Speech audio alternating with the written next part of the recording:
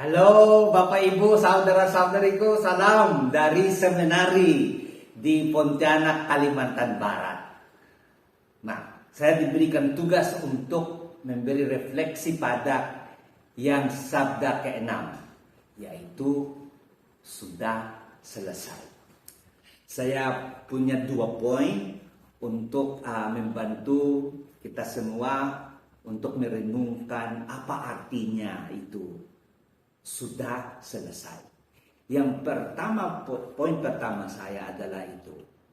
Yesus mengajar kita untuk menyelesaikan tugas kita masing-masing. Nah, bagaimana Yesus menyelesaikan tugasnya sendiri?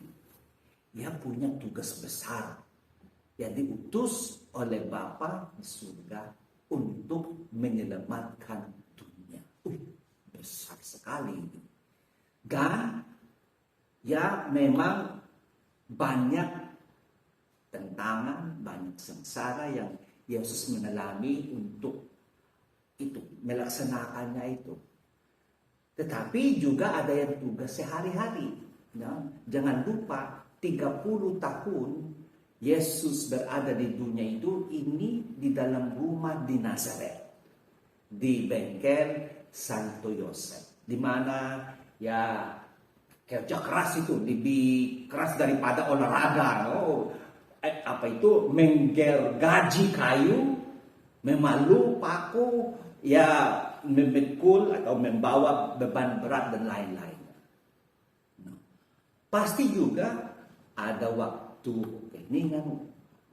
Pasti dengan Bunda Maria banyak doa, banyak itu mungkin membaca kitab suci, merenungkannya. Sehingga ketika ya mulai pelayanannya di tempat ibadat, pasti ya sudah gampang karena sudah terlatih itu di rumah.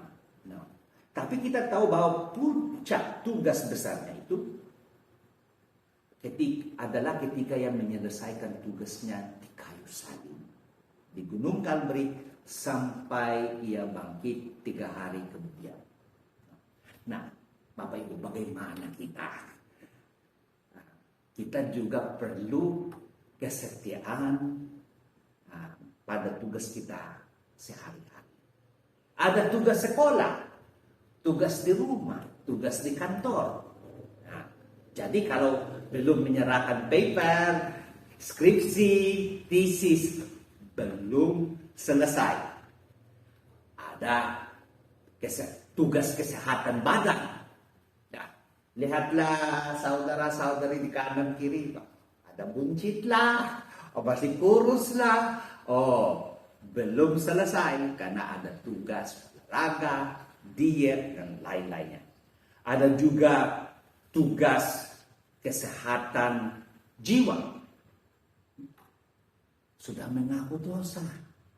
Kalau belum selesai persiapan kita untuk Paskah. Ada juga tugas finansial, Mungkin masih ada utang yang belum bayar. Ya, semoga tidak bangkrut, saudara-saudariku. Dan juga ada tugas relasi antara sama lain, Mungkin kita perlu minta mohon maaf pada orang tua. Kalau belum disebut itu, belum selesai. Kalau komunikasi antara saudara-saudari di rumah sendiri, tidak ada komunikasi yang baik, belum selesai tugas kita. Itulah Bapak Ibu. Memang banyak alasan mengapa kita tidak bisa menyelesaikan tugas. Satu alasannya saya pikir adalah kita belum menyadari apa tujuan hidup kita, apa arah hidup kita itu. Nah, kalau itu belum jelas, ada kecenderungan memulai banyak hal, sehingga juga tidak ada yang selesai. Sepertinya apa yang disebut dalam bahasa Indonesia itu panas tahi ayam, begitu ya. Dan hasilnya itu, kita bingung, kita stres, pusing. Karena banyak yang menunggu kita, no? Karena kurang fokus. Nah, saya membaca satu posting di Facebook dari Abang Romo Rambang. Apa yang saya baca tuh? Ini namanya timbang, no? In your 20s, try everything. Bagus, no? In your 30s, figure out what you do best. No? Apa yang engkau bisa melakukan dengan baik, no? Dan in your 40s, make money from what you do best. And then in your 50s, try not to do as much. Dan saya menambah karena potong saja pada 50s. Tetapi in your 60s, just enjoy what you have. Then in your 70s, share, give what is left. Supaya ketika kita meninggal, we die poor. We have given everything to others. Bagus, no? Nah, Yesus meninggal dunia ketika dia hanya 33 tahun. Masih muda. Mungkin kebanyakan yang ada di gereja The Redemptor Mode itu lebih daripada 33. No. Tapi bisa menyelesaikan tugasnya dengan baik. No. Karena semua saat dalam hidup Yesus itu berfokus untuk membangun kerajaan surga. Kalau tubuh Yesus tidak kuat, pasti ketika didera, bagaimana yang cara itu, ada apa itu beltnya itu dengan ada duri-duri, paku-paku, sekali saja, kulit sudah buka itu, dan itu 39 kali. Bayangkan, kalau tubuh Yesus itu tidak kuat, sudah meninggal, tetapi yang masih memikul salib dan dipaku di kayu ini, sulit. Nah, kalau mungkin jiwanya tidak kuat, ya sudah menyerahkan diri. Bayangkan yang ditinggalkan oleh teman akrabnya,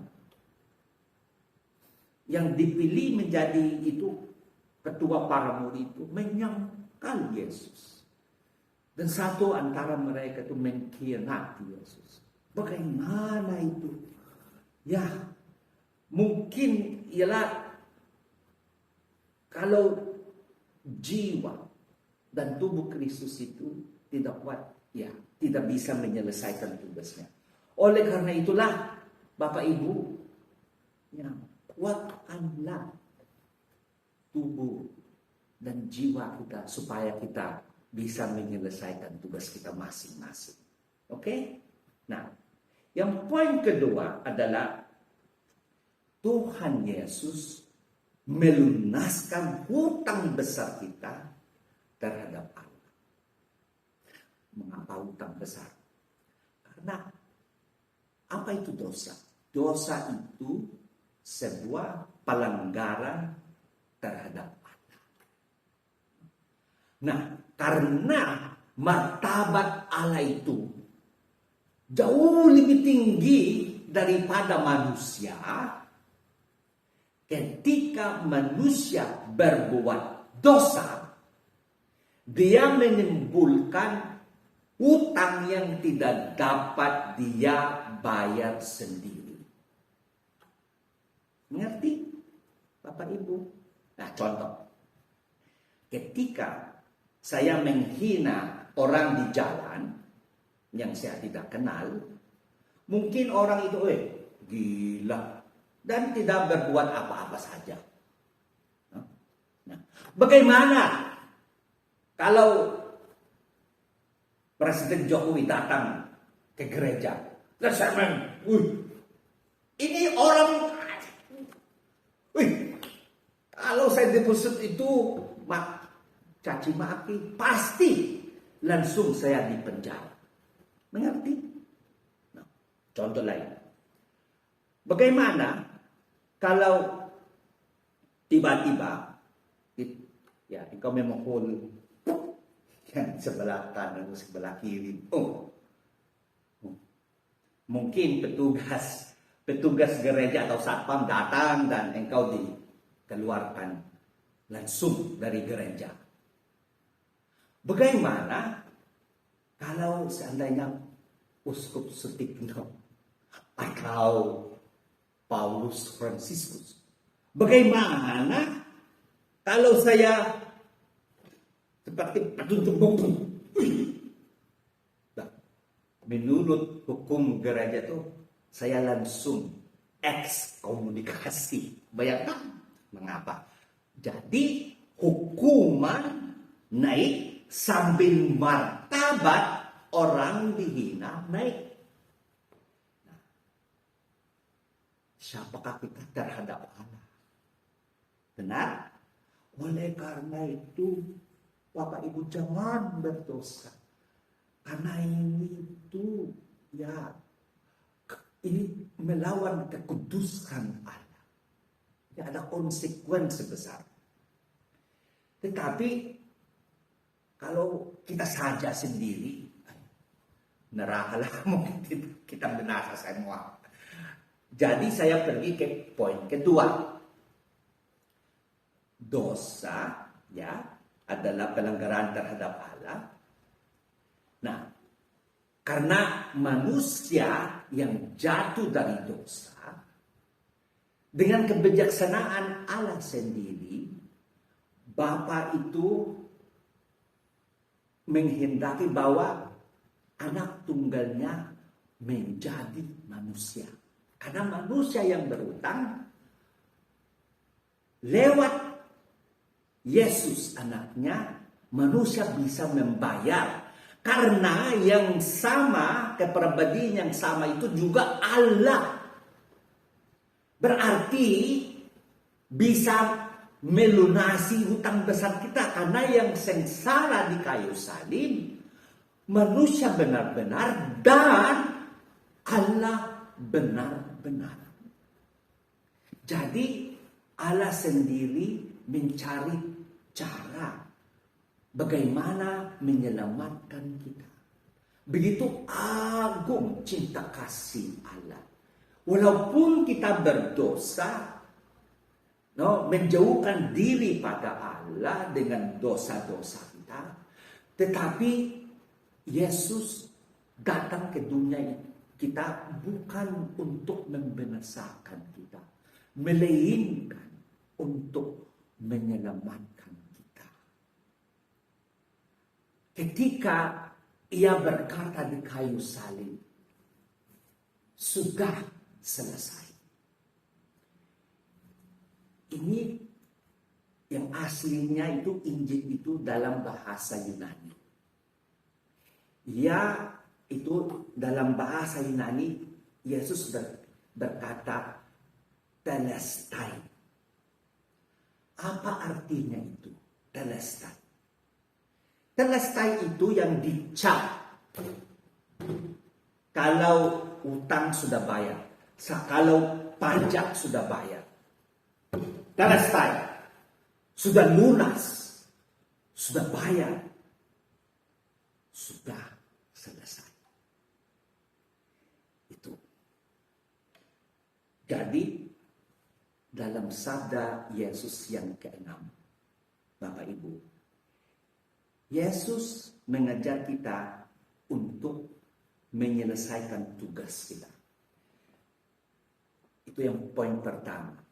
Tetapi dalam perjalanan menyelesaikan tugas kita, kita seringkali jatuh dari dosa dan tidak sukses dan mengalami gagal.